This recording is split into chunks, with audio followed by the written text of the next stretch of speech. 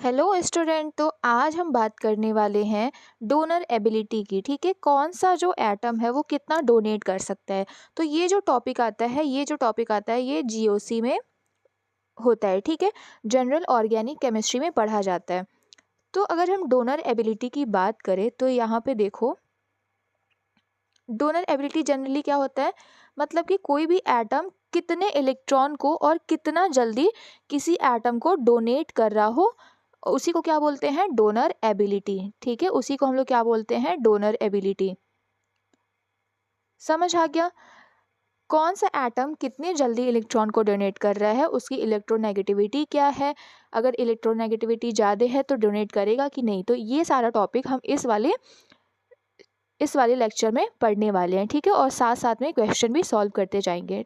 तो सबसे पहला बात आप लोग याद रखना कि देखो, जितना ज़्यादा एस कैरेक्टर होगा, ठीक है, तो जितना ज़्यादा अगर एस कैरेक्टर होगा तो वो क्या होगा, वो न्यूक्लियस के पास प्रेजेंट होगा।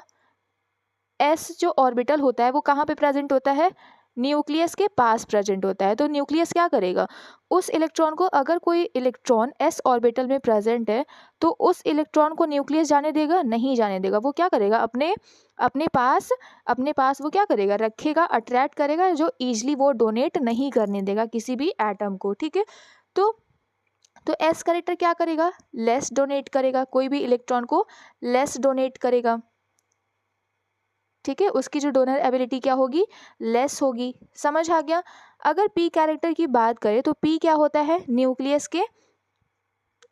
के दूर थोड़ा रहता है, दूर प्रेजेंट होता है। ठीक है, अगर मान लो ये न्यूक्लियस है और इसके बाद एस ऑर्बिटल है, तो एस ऑर्बिटल कहाँ पे प्रेजेंट है, न्यूक्लियस के पास प्रेजेंट है। तो न्यूक्लियस क्या करेगा, ये इलेक्ट्रॉन को ईजिली जाने नहीं देगा। ठीक है, लेकिन अगर पी ऑर्बिटल की बात करें तो पहले एस फिर पी, तो इसका जो न्यूक्लियस का जो फोर्स ऑफ अट्रैक्शन होता है पी ऑर्बिटल के पास, वो क्या होता है, कम होता है कंपेयर टू एस ऑर्बिटल। ठीक है, इसी वजह से जो पी ऑर्बिटल में इलेक्ट्रॉन होते हैं वो ईजिली डोनेट कर सकते हैं, और इनकी जो डोनर एबिलिटी होती है वो क्या होती है, डोनर एबिलिटी ज़्यादा होती है। समझ आ गया।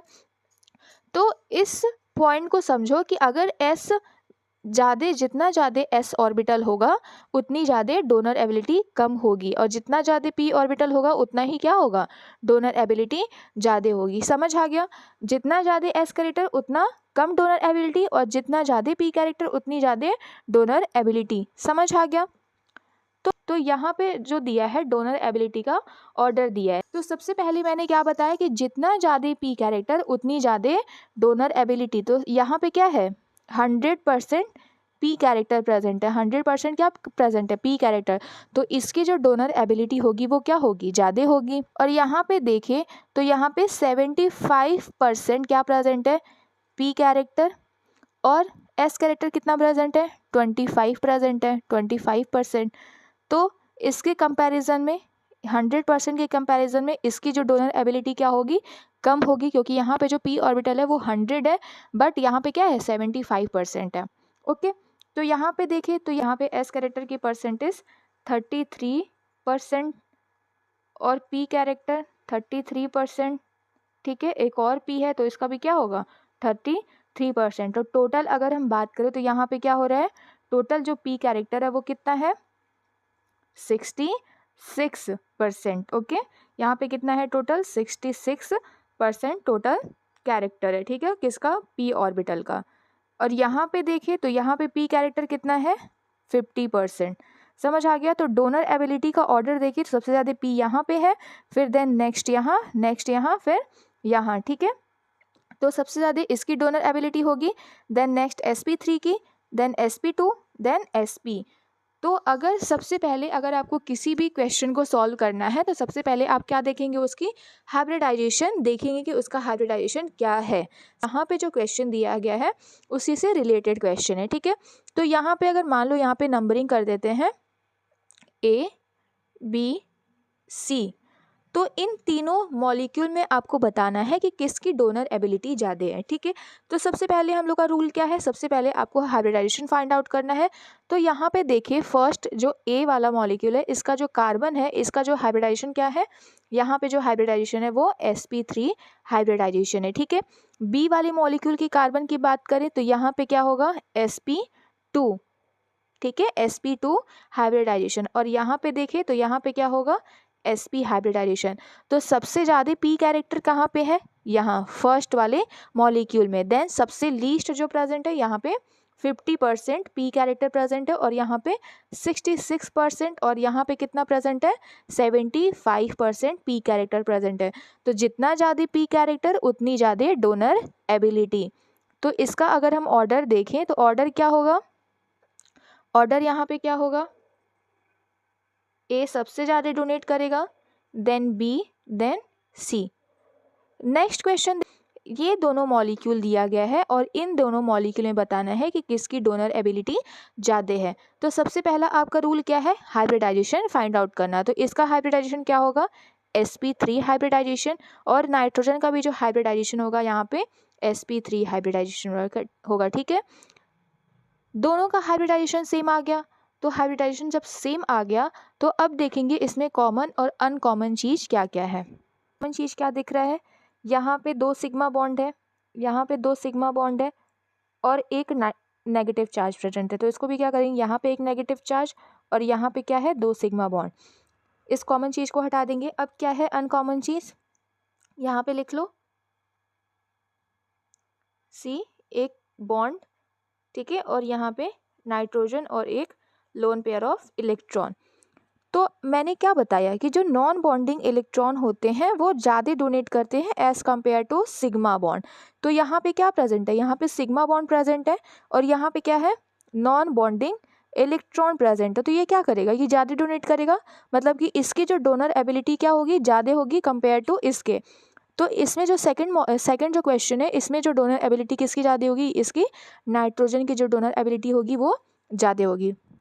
अब थर्ड क्वेश्चन देखो क्या इसमें लिखा है कि इन दोनों में डोनर एबिलिटी आपको बतानी है। समझ आ गया। तो यहाँ पे भी सेम केस है, यहाँ पे अगर इसका हाइब्रिडाइजेशन देखें तो यहाँ पे इसका हाइब्रिडाइजेशन क्या होगा, इसका होगा sp3 और यहाँ पे sp2। ओके,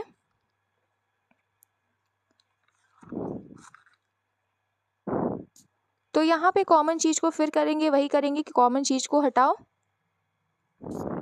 और बाकी का फाइंड आउट करो। ठीक है, इसका भी हाइब्रिडाइजेशन क्या होगा, इसका भी हाइब्रिडाइजेशन 3 ही होगा। ठीक है, sp3 होगा क्योंकि यहाँ पे लोन पेयर ऑफ इलेक्ट्रॉन भी प्रेजेंट है, यहाँ पे क्या है, लोन पेयर ऑफ इलेक्ट्रॉन भी प्रेजेंट, और यहाँ पे भी क्या है, lone pair of electron present है। ठीक है, तो कॉमन चीज़ को पहले हटाओ, ये कॉमन और ये भी कॉमन है, ये भी कॉमन है और ये भी कॉमन है, तो इसको हटा दो। ठीक है, अब यहाँ पे कॉमन क्या है, नहीं है, यहाँ पे लोन पेयर भी कॉमन है, यहाँ पे भी लोन पेयर कॉमन है, तो यहाँ पे कॉमन क्या नहीं है, यहाँ पे एक प्रेजेंट है सिग्मा बॉन्ड और यहाँ पे प्रेजेंट है नॉन बॉन्डिंग इलेक्ट्रॉन। ये क्या है, नॉन बॉन्डिंग इलेक्ट्रॉन है। तो इसके कंपैरिजन में ये क्या करेगा, ज़्यादा डोनेट करेगा। तो डोनर एबिलिटी किसकी ज़्यादा होगी, इसकी ज़्यादा होगी। ठीक है, यहाँ पे क्या आपको नोट करना है, देखो जितना ज़्यादा एस कैरेक्टर होगा उतनी ज़्यादा क्या होती है, बॉन्ड एंगल होती है। ठीक है, जितना ज़्यादा एस कैरेक्टर होता है उतना ज़्यादा बॉन्ड एंगल होता है। तो ये जो है ये पॉइंट आप लोग नोट कर लेना और इसी पे ये क्वेश्चन सॉल्व होगा। ठीक है, जितना ज़्यादा पी कैरेक्टर उतनी कम एंगल यानी बॉन्ड एंगल होगी। ठीक है, तो यहाँ पे फाइंड आउट करना है आपको बॉन्ड एंगल।